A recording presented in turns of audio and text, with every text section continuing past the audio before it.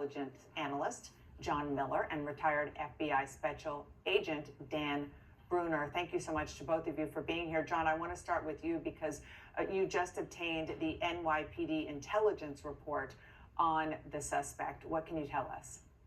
So this is a report that the NYPD produced and then sent out to hundreds of law enforcement agencies across the country.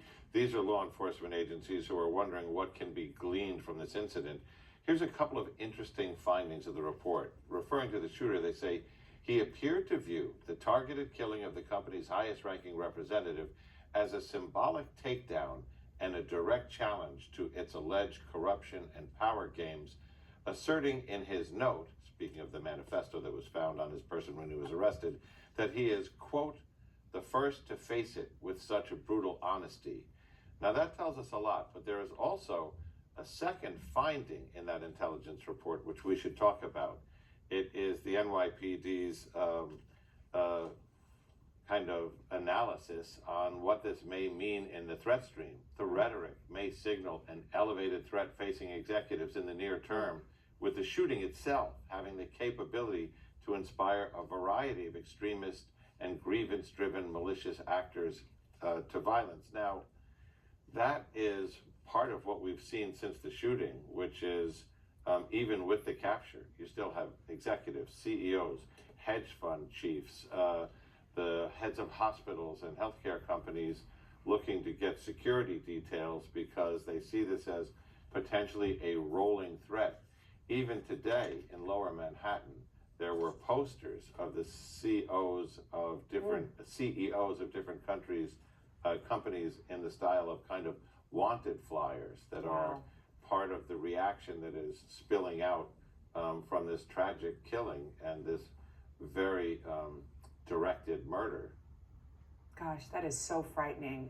And speaking of frightening, you also got from one of your sources some of what he wrote in whether it was a document or a manifesto. You can describe how your sources are describing it.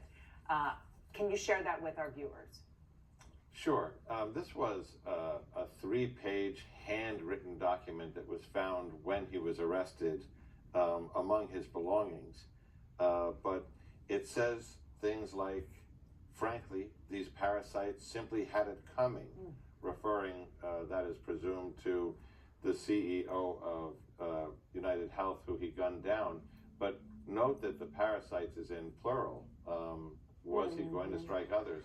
He says, I do apologize for any strife and trauma, but it had to be done.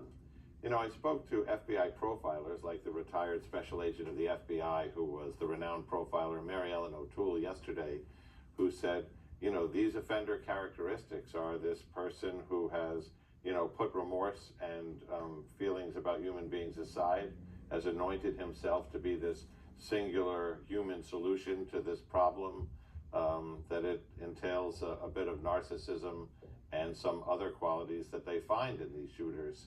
And yet his background, coming from a wealthy family, coming from a family who did business in the healthcare industry, really separates him out from the most often found profiles. And Dan, I want to go to you. John just mentioned some of the extraordinary details of who this young man is and where he comes from. 26, wealthy Baltimore family, high school valedictorian, Ivy League graduate, avid reader, previously posted photos of himself traveling and weightlifting. And I want to play some of what he said in his valedictory speech from high school in 2016. Great ideas, however, isn't enough to innovate. The class of 2016's inventiveness also stems from its incredible courage. The class of 2016 truly has the fearlessness to explore new things and the obvious ability to excel. I mean, as an investigator, you look at his profile, you understand some of the reporting that John just gave us, you listen to that kind of speech, and the obvious question is, how did he get here? Well, Dana, what John just said is right on in the NYPD intelligence report. This is the hallmarks. I've been speaking with other agents that I worked with in the domestic terrorism division. This is the hallmarks of somebody who believes in on their movement. Timothy McVeigh in Oklahoma City